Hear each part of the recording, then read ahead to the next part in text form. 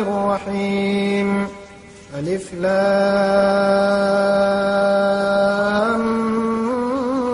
ميم صاد كتاب أنزل إليك فلا يكن في صدرك حرج منه لتنذر به وذكرى للمؤمنين اتبعوا ما أنزل إليكم من ربكم ولا تتبعوا من دونه أولياء قليلا ما تذكرون وكم من قرية أهلكناها فجاءها بأسنا بياتا أو هم قائلون فما كان دعواهم إذ جاءهم بأسنا إلا أن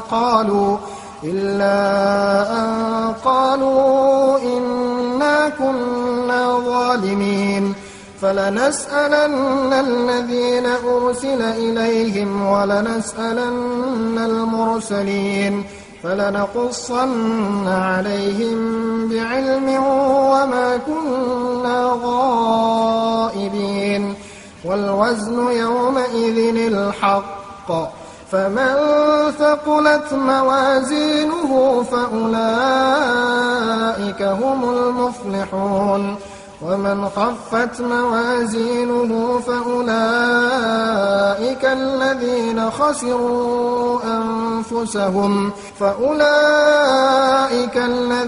خسروا أنفسهم بما كانوا بآياتنا يظلمون ولقد مكناكم في الأرض وجعلنا لكم فيها معايش قليلا ما تشكرون ولقد خلقناكم ثم صورناكم ثم قلنا للملائكة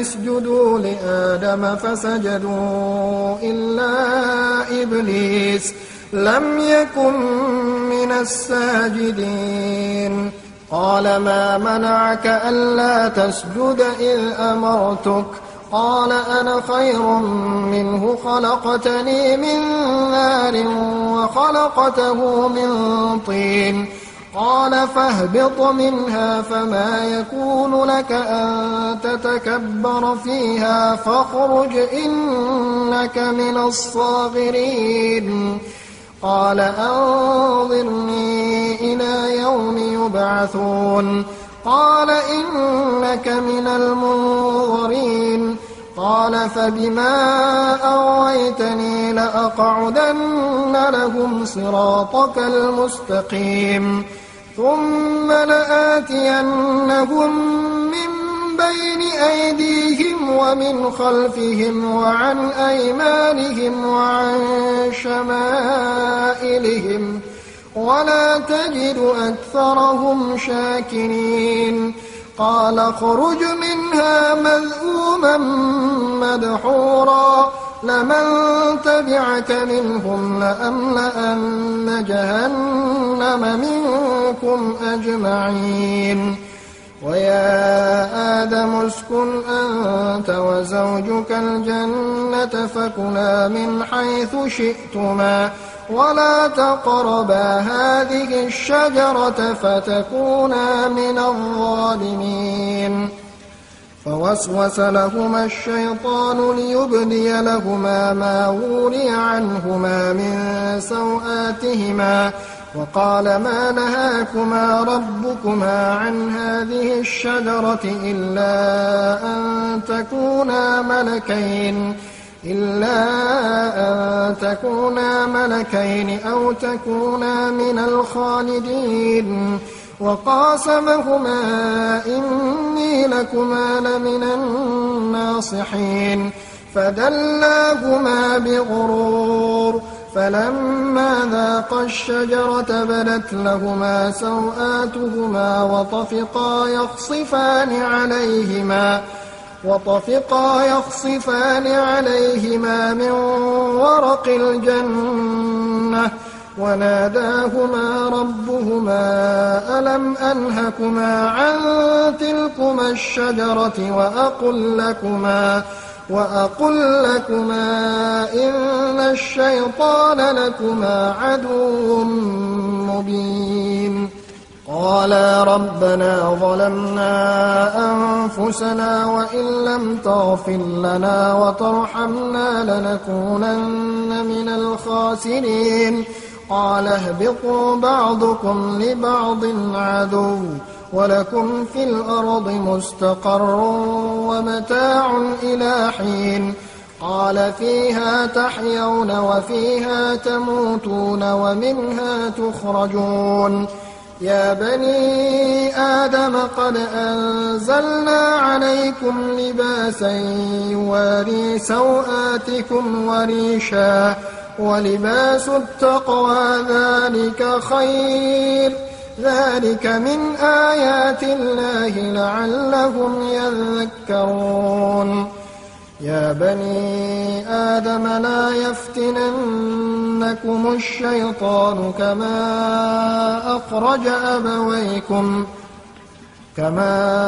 أخرج أبويكم من الجنة ينزع عنهما لباسهما ليريهما سوآتهما إنه يراكم هو وقبيله من حيث لا ترونهم إنا جعلنا الشياطين أولياء للذين لا يؤمنون وإذا فعلوا فاحشة قالوا وجدنا عليها آباءنا والله أمرنا بها قل إن الله لا يأمر بالفحشاء أتقولون على الله ما لا تعلمون قل أمر ربي بالقسط وأقيموا وجوهكم عند كل مسجد وادعوه مخلصين له الدين كما بدأكم تعودون فريقا هدى وفريقا حق عليهم الضلالة إنهم اتخذوا الشياطين أولياء من دون الله ويحسبون أنهم مهتدون. Bismillahirrahmanirrahim. Suratul A'raf. Al-A'raf juga berarti tempat yang tinggi. Surah ini berbicara menyangkut suatu situasi di hari kemudian di mana ada orang-orang yang berada di tempat yang tinggi memandang kepada penghuni sorga dan memandang juga kepada penghuni neraka. Mereka itu oleh sementara ulama dianggap sebagai orang-orang yang demikian tinggi derajatnya sehingga dapat menyaksikan peristiwa-peristiwa yang dari satu sisi sangat mengagumkan dan dari sisi lain sangat mengerikan. Ayat pertama menyatakan Alif Lam Mim Shad yang artinya antara lain bahwa surah-surah Al-Quran ini, ayat-ayat Al-Quran ini terdiri dari huruf-huruf semacam Alif, Lam, Mim, dan Shad. Yang kalian, wahai masyarakat Arab juga mengetahuinya, maka cobalah susun semacam Al-Quran dengan menggunakan huruf-huruf semacam itu. Niscaya kalian tidak akan mampu untuk menyusunnya. Inilah suatu kitab yang diturunkan kepada kamu, wahai Nabi Muhammad. Janganlah ada kesempitan di dalam dadamu karenanya. Sementara ulama berkata bahwa sebenarnya pastilah Nabi tidak mengalami kesempitan bahkan kegembiraan dengan turunnya Al-Quran. Jika demikian, ayat ini lebih banyak ditujukan kepada umatnya. Janganlah salah seorang umatnya merasa mendapatkan kesempitan dari tuntunan-tuntunan Al-Quran, atau dia juga bisa bermakna, wahai kesempitan, wahai kesesakan dada, janganlah engkau mampir di dada Nabi Muhammad SAW. Ada pernyataan Allah Subhanahu wa Ta'ala bahwa Allah akan menuntut pertanggungjawaban dari para rasul dan juga dari umat Rasul. Allah akan menyampaikan kepada mereka putusannya, dan putusan itu ditetapkan atas dasar pertimbangan yang sangat teliti, karena nanti di hari kiamat jelas ayat 8 suratul A'raf, wal waznu yawma idzinil haq faman thaqulat mawazinuhu faulaika humul muflihun. Timbangan pada hari itu adalah kebenaran itu sendiri. Maka siapa yang berat timbangan amal-amal baiknya, maka mereka itulah orang-orang yang memperoleh keberuntungan. Sedang sebaliknya, siapa yang ringan timbangan amal baiknya, maka itulah orang-orang yang merugikan dirinya, dan itulah orang-orang yang berbuat aniaya. Ada diuraikan tentang kisah permusuhan iblis kepada Adam alaihissalam, permusuhan yang berlanjut sampai dengan anak cucunya. Dalam ayat-ayat suratul A'raf ini ditemukan bahwa ketika iblis telah terusir, dia bersumpah bahwa saya akan mendatangi mereka, anak cucu Adam, dari hadapan dan dari belakangnya, dari kiri dan kanannya. Saya akan merayu mereka, saya akan menyesatkan mereka, sehingga engkau ya Allah tidak akan menemukan banyak dari mereka itu bersyukur. Selanjutnya pada ayat 20 diuraikan salah satu penyebab kedurhakaan kepada Allah. Salah satu penyebab kedurhakaan itu adalah bersangka buruk kepada Allah. Itulah yang dibisikkan setan kepada Adam dan Hawa ketika dia berkata bahwa sebenarnya Tuhan tidak melarang kamu memakan pohon ini kecuali karena Tuhan enggan engkau menjadi malaikat, atau Tuhan enggan engkau kekal di dalamnya.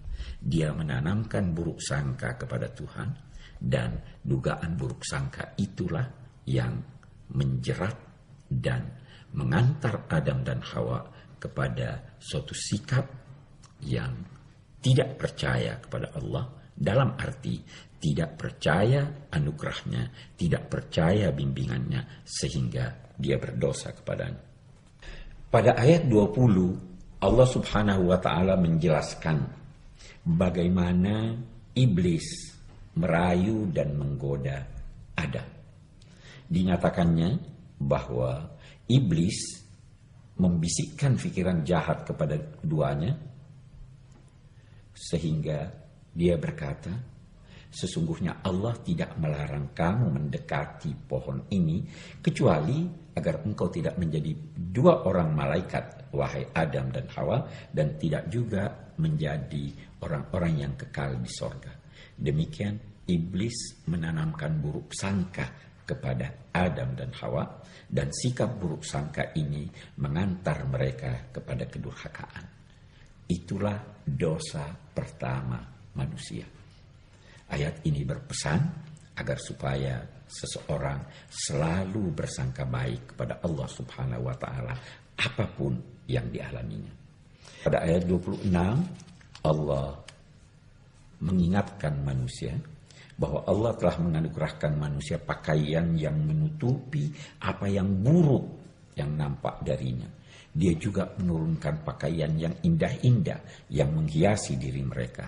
Tapi di samping itu ada juga pakaian takwa, pakaian rohani. Itulah yang terbaik. Jika Anda memakai pakaian indah tapi telanjang dari pakaian takwa, maka pasti buruk keadaan Anda. Sebaliknya, betapapun buruknya pakaian fisik Anda, selama pakaian rohani dan pakaian takwa indah, maka itulah keindahan yang Anda raih. Pada ayat 27 Allah mengingatkan kepada semua anak cucu Adam untuk berhati-hati dari setan, jangan sampai dia merayu dan menggoda sehingga membuka pakaian mereka, yakni menampakkan aurat mereka, menampakkan keburukan lahir dan batin mereka. Sementara ulama berkata, jika demikian, pada mulanya manusia sebenarnya berpakaian, dan yang tidak berpakaian pada hakikatnya telah menyimpang dari naluri dan apa yang telah ditetapkan Allah sejak asal kejadian.